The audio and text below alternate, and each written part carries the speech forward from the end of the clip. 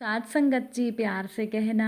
धन निरंकार जी, स्वागत है आप सभी का आपके ही चैनल पर, जहां हर रोज़ मैं आपके लिए एक नई साखी लेकर आती हूं। आज फिर से हाजिर हूं मैं आप सभी के लिए एक नई साखी लेकर। साथ संगत जी, किसी ने बिल्कुल सच ही कहा है कि अगर परिवार का साथ हो तो हम कुछ भी कर सकते हैं। और आज की साखी इसी विषय पर आधारित है। चलिए आज की साखी सुनते हैं। साथ संगत जी, रात के 9 बजे खाना बनाते बनाते अचानक से परिधि दौड़ते हुए अपनी सास के कमरे में गई, जो कि उस समय अपनी बहन के साथ बैठकर बातें कर रही थी। दरअसल परिधि के सास सरला जी की बड़ी बहन शांति जी कुछ ही दिनों के लिए अपनी बहन सरला जी के पास आई हुई थी। परिधि ने अपनी सास सरला जी से कहा कि मम्मी जी, कल ताऊ जी और ताई जी की शादी की 50वीं सालगिरह है। मुझे अभी अभी ध्यान आया, यहाँ तक कि उनके परिवार में भी शायद किसी को ध्यान ही नहीं है। तो क्यों ना हम सभी मिलकर उन दोनों के लिए ये दिन यादगार बना दे। तभी सरला जी अपनी बहू परिधि से कहने लगी कि बहू, तुम्हारी बात तो बहुत अच्छी है।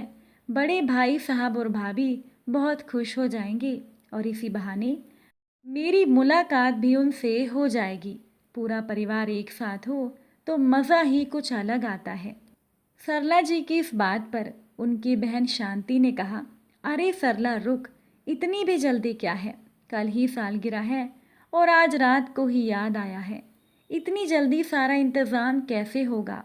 और वैसे भी ज़रूरत ही क्या है इतना सब कुछ करने की, जब उनके खुद के बच्चों को ही याद नहीं है। तो परिधि ने अपनी मौसी सास शांति जी से कहा, तो क्या हुआ मौसी जी, हम भी तो उनके बच्चे हैं ना, और हम यहाँ पर पार्टी करेंगे तो सबको बहुत अच्छा लगेगा और आप चिंता मत कीजिए, सारा काम हो जाएगा। सरला जी ने अंदाज़ा लगाते हुए अपनी बहू परिधि से कहा, अच्छा तो बहू सुन, लगभग कितने लोग होंगे?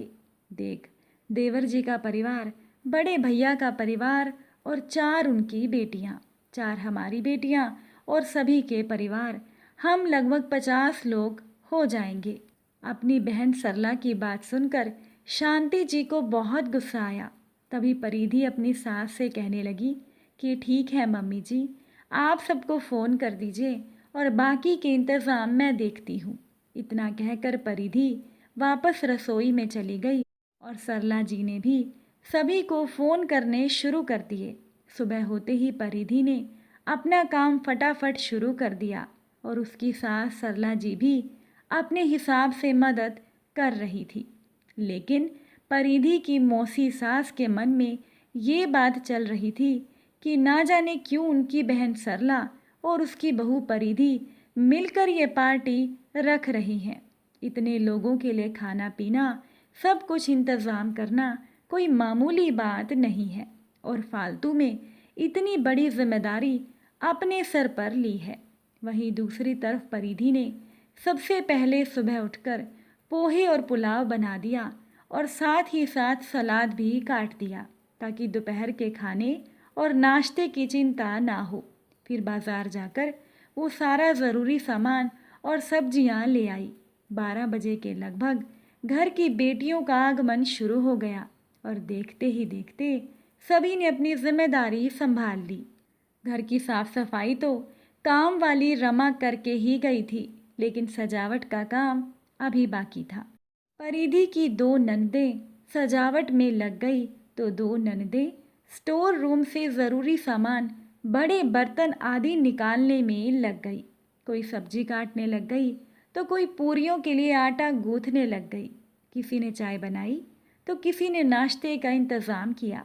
देखते ही देखते 4 बजे तक सारी तैयारियां हो गई और तो और सबके खाने के बर्तन का ढेर भी 15 मिनट के अंदर ही चारों बहनों ने मिलकर साफ कर दिया। परिधि ने बर्तन खाली किए ही थे कि उसकी ननदें रसोई में आ गई। एक ने बर्तन धोए तो दूसरे ने मांजे, तीसरी ने फटाफट सूखे कपड़े से पोंछकर बर्तन सेट भी कर दिए। काम कैसे हुआ पता ही नहीं चला। फिर सभी ने बैठकर आराम से चाय का मज़ा लिया और बातें भी खूब की।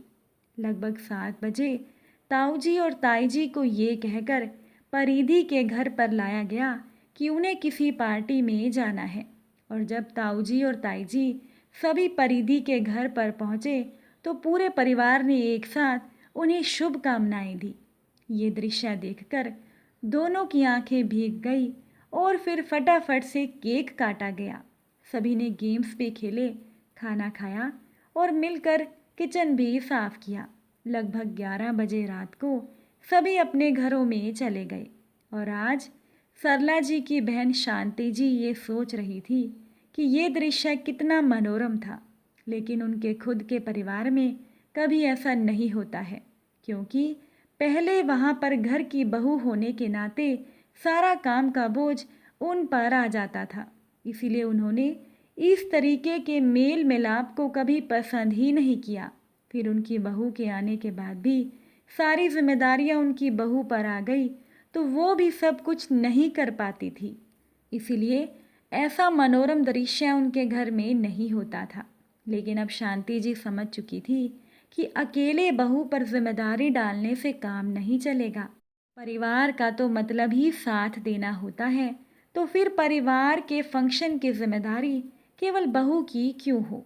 अब शांति जी ने भी ठान लिया कि ऐसा फंक्शन वो भी अपने घर में करेंगी और उससे पहले अपनी बेटियों को समझाएंगी कि परिवार क्या होता है और कैसे मिलकर जुलकर सभी काम करके हंसी खुशी से हर एक फंक्शन का आनंद लिया जाता है। जो दृश्य आज शांति जी ने अपनी बहन सरला जी के घर पर देखा था, वही दृश्य वो अपनी बेटियों को भी बताएंगी और समझाएंगी, ताकि ऐसे मेल मिलाप और हंसी खुशी वाली पार्टियां उनके घर पर भी हो और उनके घर पर भी बहू और बेटियों के ठहाकों की आवाज़ें गूंजे। साथ संगत जी, किसी ने सच ही कहा है कि अगर परिवार का साथ हो तो हम कुछ भी कर सकते हैं। जैसे परिधि ने इतने बड़े फंक्शन की तैयारियां एक ही रात में कर ली, क्योंकि वो जानती थी कि उसका पूरा परिवार उसका साथ देगा, और वो ही हुआ भी। इसीलिए असली मज़ा तो परिवार के साथ ही आता है। साथ संगत जी, आपको आज की साखी कैसी लगी कमेंट में ज़रूर बताइएगा। अगर कुछ गलती हो गई हो तो बख्श लेना जी। फिर मुलाकात होगी एक नई साखी के साथ। प्यार से बोलिए धन निरंकार जी।